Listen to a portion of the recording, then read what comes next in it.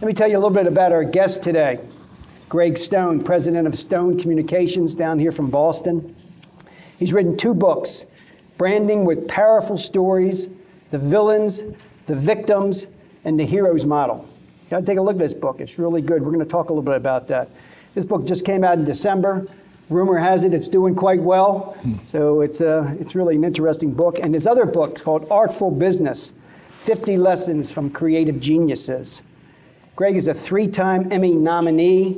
He's worked as a writer for Time Incorporated in New York, as a TV reporter in Minneapolis, Boston, and on PBS. At Stone Communications, he has provided media and presentation skills for clients such as Fidelity, IBM, 3M, for several governors and mayors, and what I find really interesting, 4 spokespersons facing interviews for 60 minutes. We got to hear about that. If it was Mike Wallace under attack with that situation, but that's got to be really interesting. He frequently guest lectures at Harvard Business School and very, very active on the speakers circuit, flying to the UK next month. He graduated with an undergraduate degree with honors from Harvard University, and he has 2 master's degrees from Columbia University in journalism and in business. 2 great Ivy League schools. Greg, welcome. Thank you, sir. For coming down. Thank you very much. He's had back surgery. He's on his feet. He's doing well. Glad you could make it here. Yeah. I may have to change positions at some point because I'm recuperating, so don't think I'm rude if I suddenly stand up. I'm a little creaky, but I'm here. The brain's working, I hope. That's the key. Yeah. Let's talk a little bit about branding. And I'm going to define branding here as the promotion of a particular product or company by means of advertising and other distinctive design. You go with that? I would go with that, yes, as a general concept, yes, sir. Talk a little bit about that. And there's so much emotionalism, that goes into a brand. I mean, that's what Coca-Cola tries to emanate, it's just sugar, water, and fuzz, and it's being in the moment and being with family. Talk about the emotional aspect of branding, and how do they really tie that in? Well, branding is very emotional because people regard products as they personify them. I mean, for instance, if you go onto your computer and you go onto Amazon and it's not cooperating, you take it personally.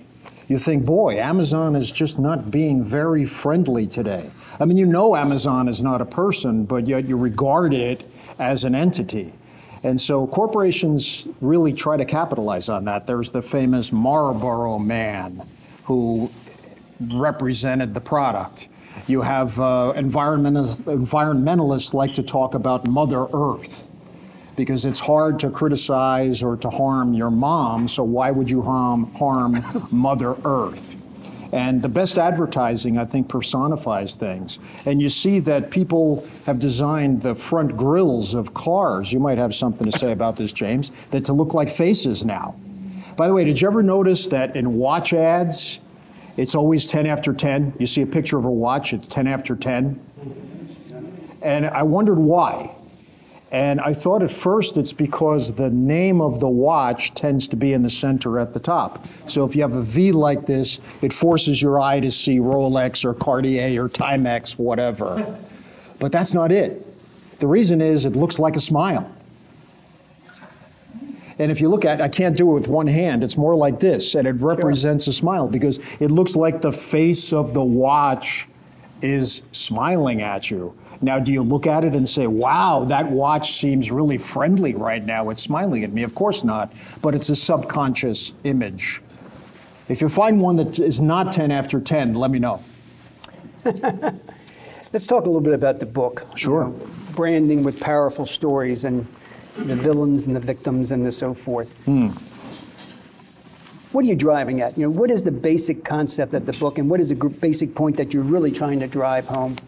Well, Alfred Hitchcock famously said that great villains make great movies. The villain is the most interesting character in any story. So my son, who is now 22, soon to be 22, loves Star Wars, to the point that when Lucas sold out to Disney, he was upset because he's almost like a Star Wars fundamentalist. And I explained to him, I said, Lucas got $4.5 billion for it. What would you have done? It doesn't matter, Dad. Disney's going to ruin the canon. And why is it that Star Wars is so powerful? It's because Darth Vader, Darth Maul, these are fantastic villains. And the same is true in business. What is the villain in business, in quotation marks? The villain is the problem that your consumers, your customers are facing every day. What is it that causes them pain or angst or keeps them awake at night or gives them agita? Those are the villains to the customer.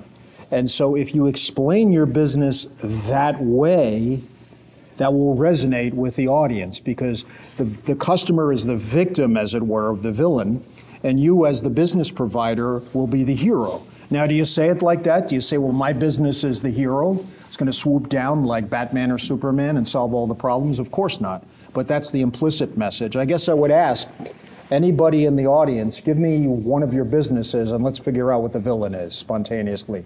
Could be risky, but we'll try it. Anybody? Wedding planner. Wedding planner. Okay, what's the villain? The bride. Bride? Yeah. Bridezilla or father-in-law, mother-in-law-zilla. But what's the villain in wedding planning? Not having the event go the way you want it to go. For whatever reason. The band doesn't show up, the food is terrible, the weather, well, you can't do anything about that, but you can put a tent up in the backyard, right? So you have to anticipate those problems. And so that's where you come in as the hero, as it were, but the customer is the victim. If the wedding doesn't go as planned, you've got a very unhappy bride and groom, and especially the parents who wrote the check. They're particularly unhappy, right? So you want to do everything in your power to prevent those problems. Am I correct? Yes. If we knew each other a little better, I'd say give me a horror story, but... You can give us an interesting point, just like what Greg was saying. If the parents are writing a check and it doesn't go well, the important question, do you get paid before the event takes place, or do you get paid before? Yeah. See that? So if it doesn't go well, they're not asking for their money back, I hope. Yeah, but this is... Go ahead, I'm sorry, go ahead. Good. There's always the plan B. Exactly. And it's a highly emotionally charged event. I mean, this is somebody's wedding. Yeah. So anyway, another business. Anybody? Telecommunications? Okay, what? Can you be a little more specific? Telephones, dial tone, internet. Telephones, dial tone, internet. What's the villain? The villain is when things don't work as planned. Right. I'm on a business trip, my cell phone conks. My internet goes down. I get hacked. That causes me a lot of pain and anxiety. Anybody here ever had a virus? I lost probably 2 or 3 weeks of work. And God knows how much money trying to tackle a virus. That was a huge villain for me. Caused me unbelievable angst. So what do you do to prevent that? Everything, right? You know, you do backup. Depends on what the problem is. I had a client where we put their stuff in and we used wireless across the 4-lane highway. Data worked great. The voice had echo. Trees across their leaves, and we saw 3 radio, TV towers, which caused the problem. So we did a 490-foot conduit under a 4-lane highway, full piece of cable. Wow. We didn't ask permission. We didn't do it to code. Okay. So the customer was up and running and happy. There's an example of heroism. Okay, you got villains, victims, and heroes. You were the hero, and your heroism took the form of a 490-foot conduit underneath a 4-lane highway. Sounds great to me. I bet the customer was really happy. Especially since they didn't pay the $10,000 to get it done. Okay, cool. Talk about the villains again. You know, why do they have such great, strong appeal? Villains have appeal because there's you as a PhD person with a background in psychology, you may be familiar with the concept of coactivation. That is that we can experience conflicting emotions at the same time, pleasure and pain, fear and security. Why are horror movies so popular? Because people love to be scared. It scares so good. And then afterwards you go back to your home or you get into bed and you pull the covers up to your chin and you're safe. Luckily, it was only a 2-hour experience in a nightmare, right? And M.R. James, who was a famous horror writer, said, if you do it right, you create the impression that if I'm not careful, the same thing might happen to me. And if you look at even fairy tales are notoriously child inappropriate. I mean, people are burned at the stake. There's incest, there's infanticide. Hansel and Gretel, you know that story? What's it about? It's about an old woman who eats children, right?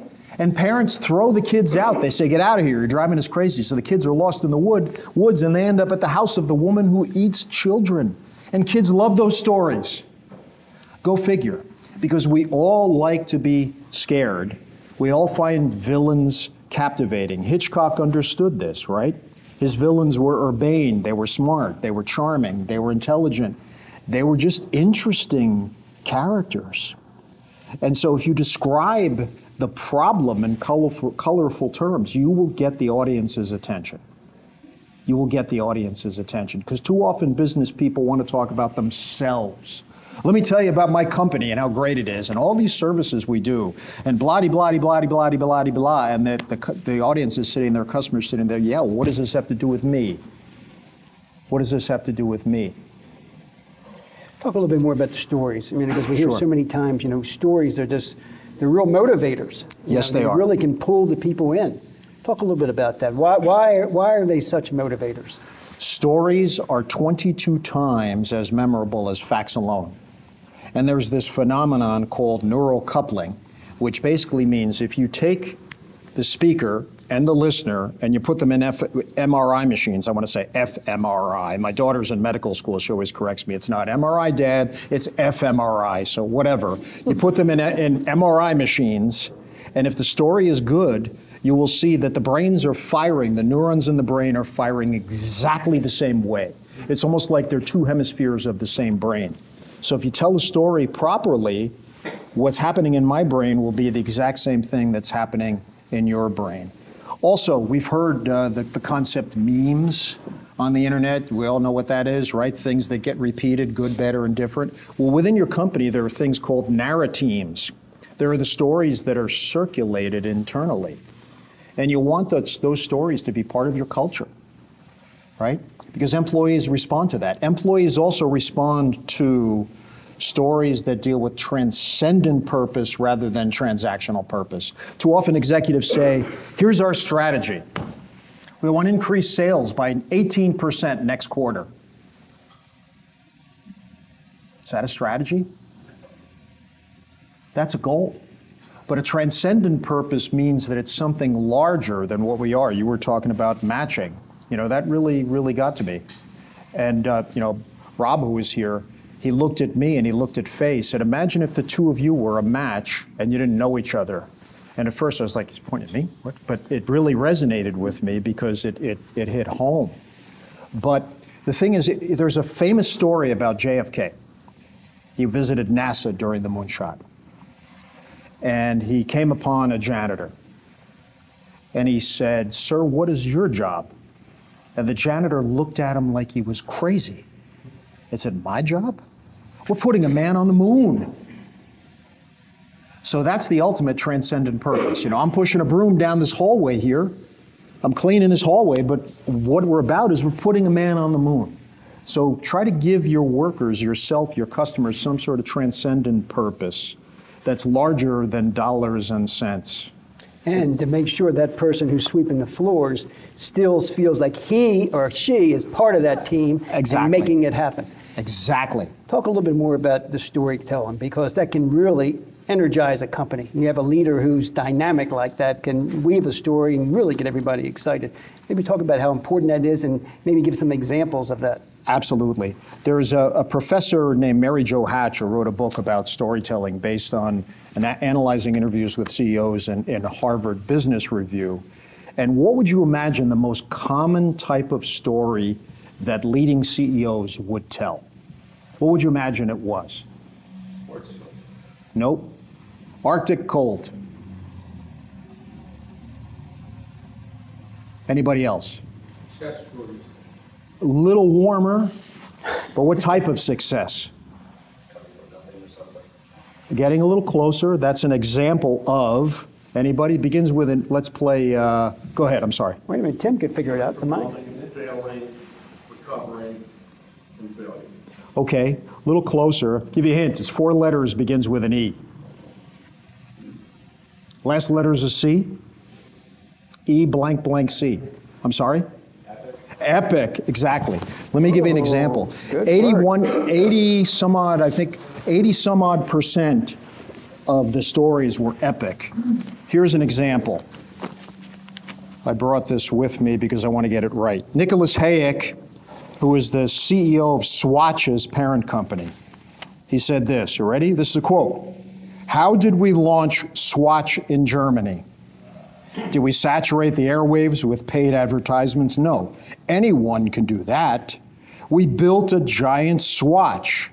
It was 500 feet high, weighed 13 tons, and actually worked. We suspended it outside the tallest skyscraper in Frankfurt, the headquarters of Commerzbank, etc." That's an epic story. A 500-foot tall watch. Okay, this is my favorite part of the story. We also hung a giant Swatch in Tokyo, in the Ginza. Do you think we broadcast our sales figures or that we act arrogantly in Japan? Of course not. The Japanese are sympathetic to us. We're nice people from a small country. We have nice mountains and clear water. They like us and our products, and we like them. Did he talk about how great Swatch was, all the colors, how reliable the watches are, what goes on in the factory, how long they've been in business, how many territories they do business in, all that kind of stuff? No. It's emotional appeal, right? It's emotional appeal. Very, very interesting. So they did a huge watch, and they probably got all kinds of press around the world on that. Absolutely, and if you Google it, you can see the picture. Now, I think, all due respect to Mr. Vasilios there, I think that the lawyers in Germany and Japan have a little bit less power, or people aren't quite as liability conscious. If you tried to hang a 500-foot watch off one of the buildings in Baltimore or Boston or New York, lawyers would probably say, no, we can't do that. You know, what if it falls on somebody, et cetera. So interesting. It'll be fine if I wait. Yeah, exactly. Don't sign it first, right? Exactly. Have him look at the contract first. Yeah. So we hear how important storytelling is, you know. Unfortunately, not every CEO or president of a company is a great storyteller. Right. Or has the dynamism to really craft those type of stories. What tips would you give? I mean, what can somebody who doesn't have that naturally, how can you help him or her in that situation? Sure. There's a misconception that you have to be a performer, an actor, Mr. Ms. Articulate to do this. You don't. Start with this. What if? We were talking about being creative earlier. What if? What if we hung a giant Swatch on the building? What if we got out of our urban markets and moved into the suburban, the rural markets? Start with what if. Also, think about reversing things, reversing the problem. Sometimes the answer is in the reversal of the problem. Does anybody know how Henry Ford came up with the idea for the assembly line, by the way? Anybody know the story? James, you know that story? It's a great story. You can quote me on this. Just send me $5 every time you use it. No, one of Henry Ford's trusted associates went to a Swift slaughterhouse in Chicago. Now, we just had lunch, so I'm not going to go into detail. No, you don't. But, you know, a live animal comes in on one end and you have steak on the other. So it's essentially a disassembly line, right? So this gentleman looked at this and he said, why don't we reverse this? Why don't we start with nothing or with some parts and assemble it along a line and have specialties? One person sets up part A of the chassis, another person bolts it to part B, and so on and so on and so on. And 4 hours later, at the end of the line, you have a car. Right? Brilliant. Simple. But it cut manufacturing costs unbelievably. Anybody know how Google started? Anybody know this story? Larry Page and Sergey Brin? University of Maryland graduates. Really? There we go. I think Excellent. Excellent. I did not know that. That's superb. Well, they were at Stanford in a PhD program, Right. and Larry Page said, you know, in academics, you know, if Doug is a prominent academic, his paper is going to be cited 12,300 times by everybody in the world. And if it's cited 12,300 times, that means he's important, and maybe that's a paper I should read if I want to know about organizational behavior. So he said, He said, what if we reverse the process, right? Figure out what's going on the internet and go from things that are cited or show up prominently and go back to the original source. So if you're trying to find out who the expert is on assembly lines or organizational behavior, and you say, oh, you know, Doug's paper is cited 12,300 times, then if somebody has that question, we should instantly, bam, send them back to that paper. So that's what Google did. They flipped it. By the way, at that point, they downloaded the entire internet. This is, I think, in 96, 97, the entire internet onto servers at Stanford. Imagine that? That's how little was there. And they tried to sell it to Alta Vista for, anybody remember Alta Vista? They were an early search engine. For $1 million, Alta Vista said, nah, I don't think so. And at first they called it PageRank, and then they went with Google, and the rest is history. All they thought is, we have an interesting PhD thesis here. Wow. They didn't realize that it was a business. And we should all be so lucky, right? To say the least. Let me ask you one final question, then I'll open it up to the audience. Sure. Talk about some reoccurring patterns. Yes, reoccurring patterns. Okay, transformation. Hero goes on a journey, comes back different. Movies are about growth. You produce some movies. If the character is the same at the beginning as he or she is in the middle, as he or she is in the end, that doesn't work. Go back to Darth Vader. What happens in the end of Star Wars? Spoiler alert, right? Anybody, you know, Darth Vader changes. He changes. He ended up maybe not being quite so evil after all, right? So transformation. How did you transform yourself from where you started in business to where you are now? How do your customers transform themselves? The other thing is to mix facts and feelings in story. We also talked about reversing the process. Facts and feelings. Too often stories that business people tell are laden with facts. We have 27 engineers, each of whom has 10 years of experience. Our collective experience is therefore equal to 270 years. We have customers all over the globe. We have this product line, da-da-da-da-da-da. It's all facts, no feelings. The best novels, the best stories are made up of facts and feelings. Greg Stone wakes up in the morning. He's bleary. He turns on his computer. He makes himself a cup of coffee. He's hungry. He makes himself breakfast. Those are all facts, right? But if I click on the computer and suddenly I find, God forbid, one of my clients died in a plane crash, and I'm crestfallen, now the story is a different element, right? And conflict, where is the conflict? The writer John O'Hara once said, the cat sat on the mat is not a story. The cat sat on somebody else's mat, that's the story. So where's the conflict between the heroes and the villains, between problem and solution, between the status quo and what might be, right? Between present and future, whatever. It's so important to drive that emotion aspect when you're doing the branding. Absolutely. You've got to reach people emotionally. One last point, if I may, is talk about the audience. There's an old joke that the CEO says to the speechwriter, I need a speech. And so the speechwriter says, what's it about? And the CEO says, it's about 30 minutes. And that's how people think. Yeah, I have to speak for 10 minutes, so my goal is to come up with 10 minutes worth of PowerPoint slides and copy. That is not a recipe for a great speech. By the way, kill your PowerPoint. Kill your PowerPoint. Kill your PowerPoint. I always argue power corrupts and PowerPoint corrupts absolutely. That's my original line. You can quote me on that again, $5 each time. So the point is, talk about the audience. My mom, we were talking about this, that I share an Italian background as Doug does. My mom actually spoke Italian at home when I was a kid. Very bright woman. She passed away a couple of years ago. And she was uneducated, but smart. She saw Harry Truman speak in the late 40s where I grew up in New Jersey. So what did he talk about? What did Harry Truman talk about? in that speech. He talked about the price of pork. The price of pork is too high in the supermarkets. And that resonated with my mom because she and my dad were just starting out. They didn't have a lot of money. And yes, the price of pork was too high in the supermarkets. Now, my mom was bright, so was she going to vote for this guy because he just cared about the price of pork? Of course not. But it resonated with her because it showed her that he understood her. I've done a fair amount of political consulting, and I'll tell you, people vote for candidates for 3 reasons. Number one, what is he or she going to do for me? Going to get me a job? Going to get my brother a job?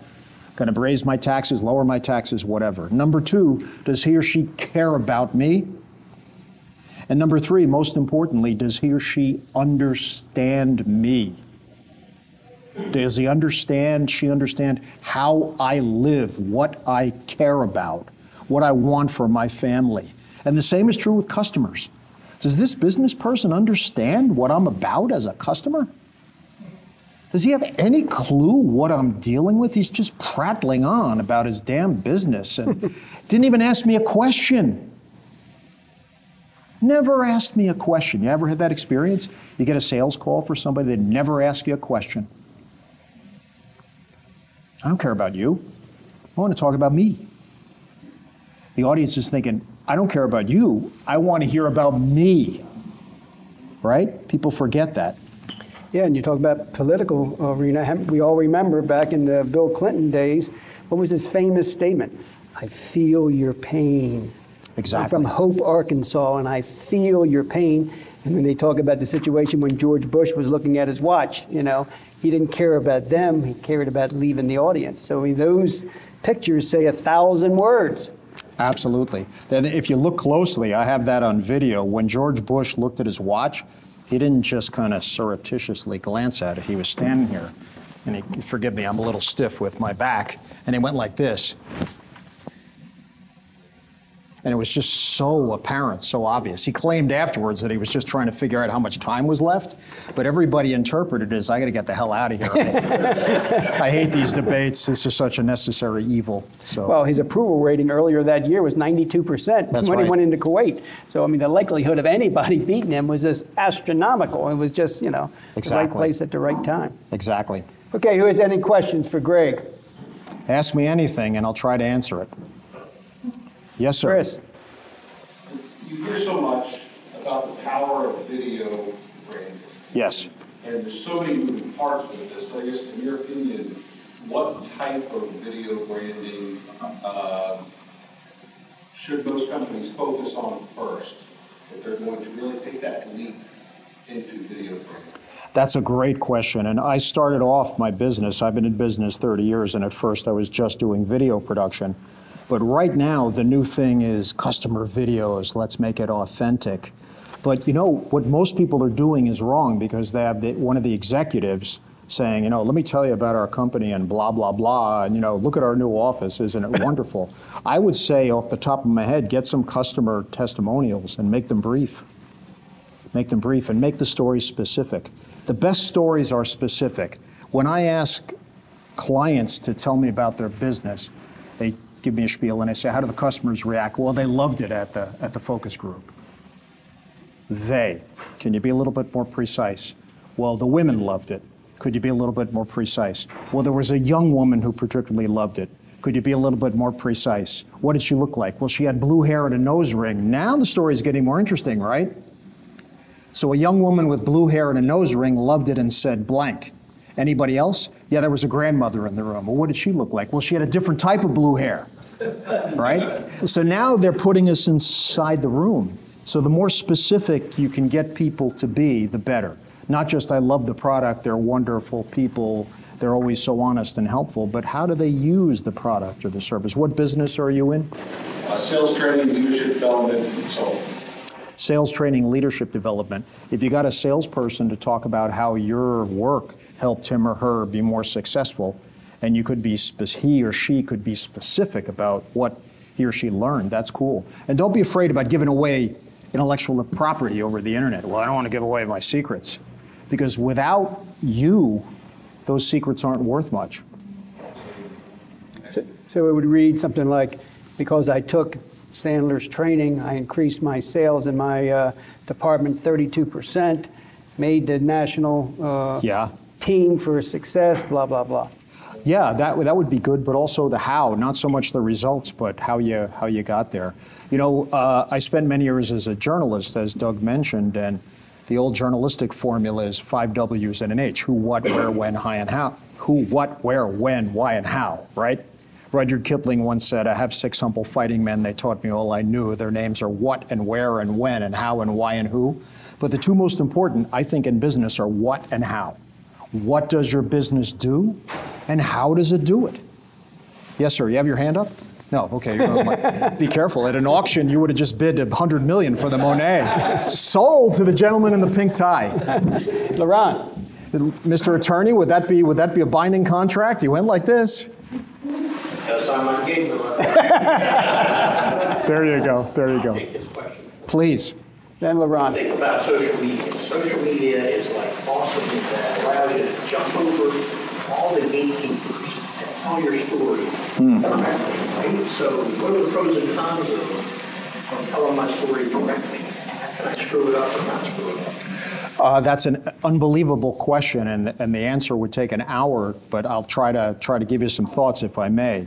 When social media came out, I thought it's a contradiction in terms because all media are social. But then I realized, no, Greg, because the big media push one way. There's an old saying that freedom of the press exists only for those who have one, right? So right now, everybody has a press. I can go on Facebook and I can type in, I had a wonderful experience at the Sonesta Hotel or not, blah, blah. So the basic point is, it's a terrific listening tool because you can listen in on conversations between your customers. But I do believe that the overarching theme in social media is not to be promotional, but rather to be helpful or insightful. You're a business attorney. You read different stuff than the rest of us read. So if there's a new trend in contract law and you post about that on Facebook or on Twitter or something, and it's something that the rest of us might want to read, that's good use of social media, as opposed to, you know, I'm the greatest lawyer in Baltimore County and blah, blah, blah, and, you know, I just won a $100 million case. I'm not poo-pooing that, but we look at, you want to be a resource, you want to be an expert. You want to be the go-to person, and the best way to do that is to be helpful and unselfish. You also have to pick your poisons, too. Like when I first got on social media 6 or 7 years ago, my son said, "Dad, what are you doing on Facebook? You know, you don't belong on Facebook. You know, you're an idiot." And I said, you know, the things that teenagers tell us. And I said, look, my clients are playing in these sandboxes, and I need to also. But all the media are different. What works on Facebook and Instagram and Twitter and Pinterest and LinkedIn, all very different. I think for me, the big three are LinkedIn, Facebook, and Twitter. And there's also some evidence, by the way, that you can pick just one. Tim Cook from Apple, for instance, they're fairly successful at marketing and branding, wouldn't you say? A little bit. A little bit. He only does Twitter. That's all he does. And there's an executive from Disney, not the CEO, I can't think of the guy's name, but he also only does Twitter.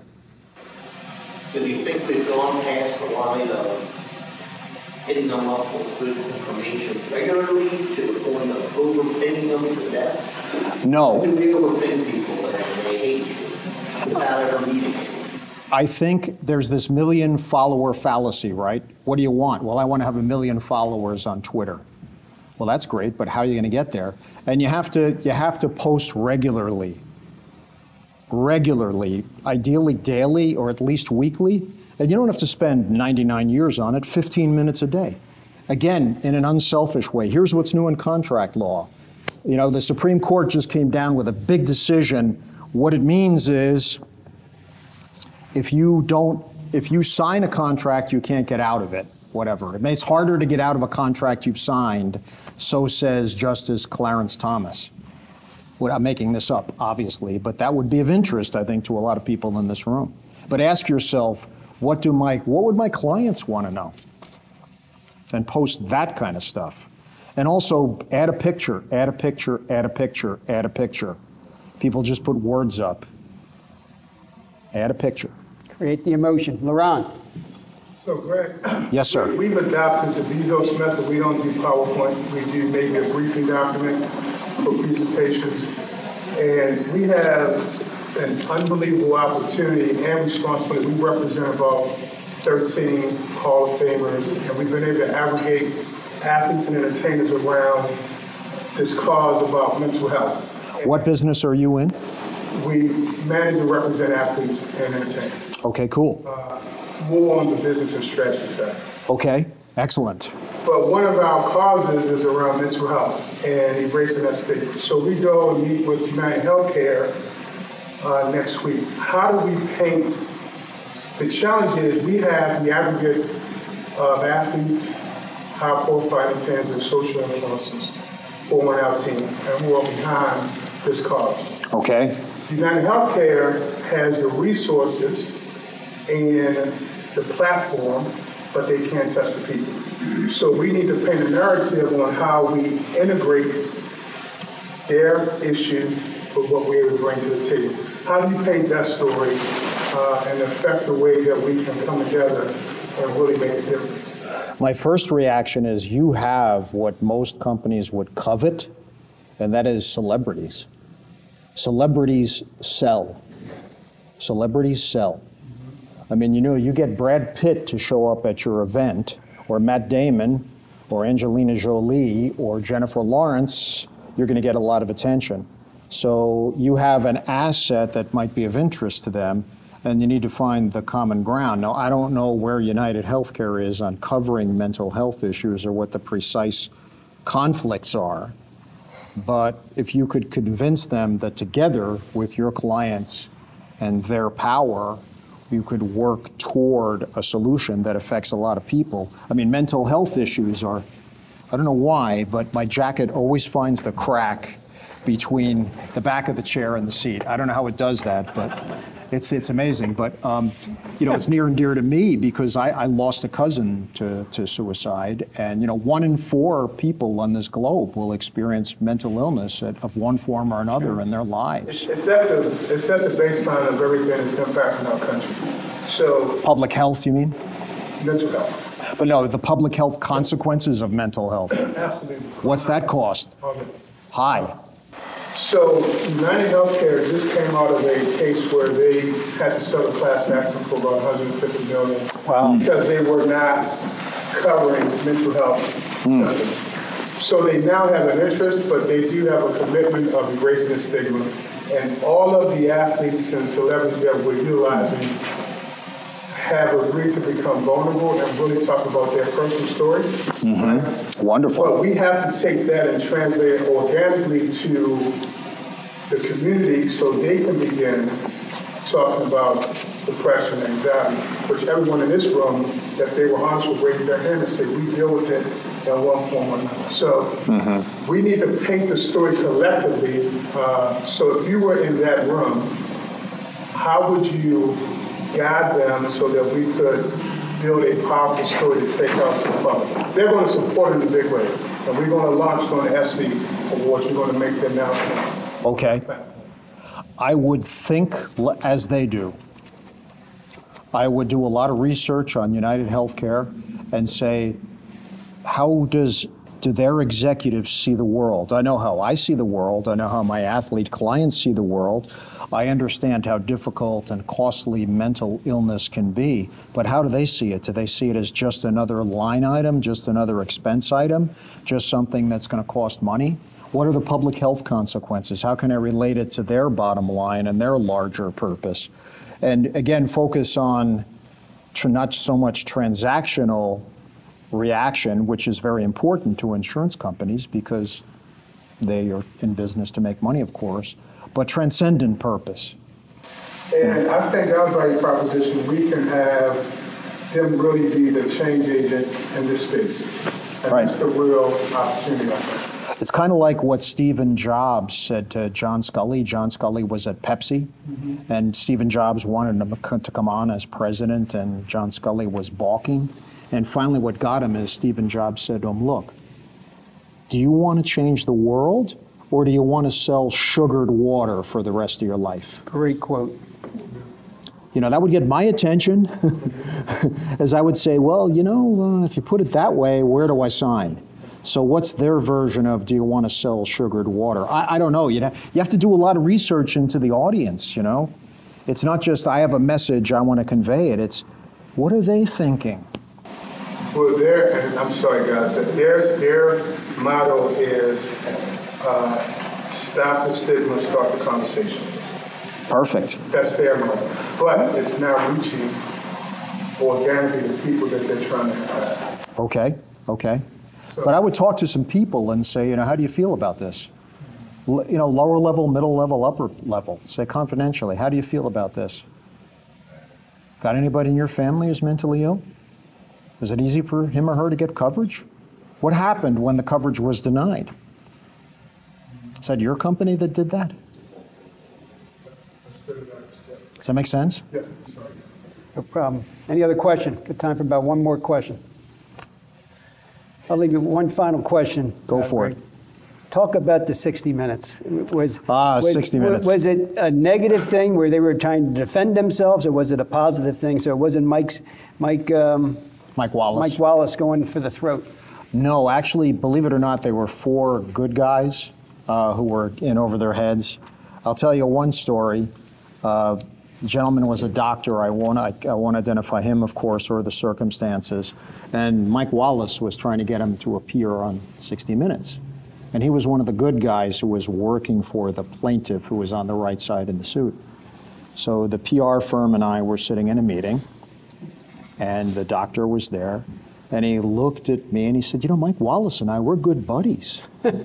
We had a great conversation. He was so nice to me.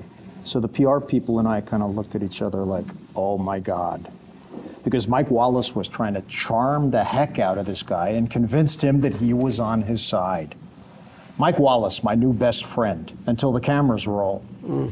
So you have to be not paranoid, but you have to be wary of that situation. I never understood why bad guys go on 60 Minutes. You just broke the law. You're a horrible person. Why would you do an on-camera interview with 60 Minutes? Because you think you're going to outsmart them? They have the power of editing. Why would you do it? Just say, you know, Mr. So-and-so, Ms. So-and-so was unavailable for comment and leave it at that. And that's another one of the most outstanding traits of outstanding leaders. Don't be fooled by flattery. That's right. And that's the perfect situation. If you could leave everybody with 1 or 2 thoughts with regard to branding, what would you leave them with? Well, the first is my book is for sale in the back for $20, cash or check. With regard to branding, I think it's really simple, but it takes a lifetime to figure this out. That you got to think like the audience. The story belongs to the audience. It's not your story. As soon as you tell it, it's theirs. It's theirs. Like rock stars will say, they forget the words to their songs, but the audience knows them. Right? I forget the verse, I just hold it like this. The songs belong to the audience. The stories belong to the audience. That's the thing. Does your book have some of these points that you just mentioned? I hope so. I think I'm better in print. Thank you, Greg. Thank you. It was great. Thank you.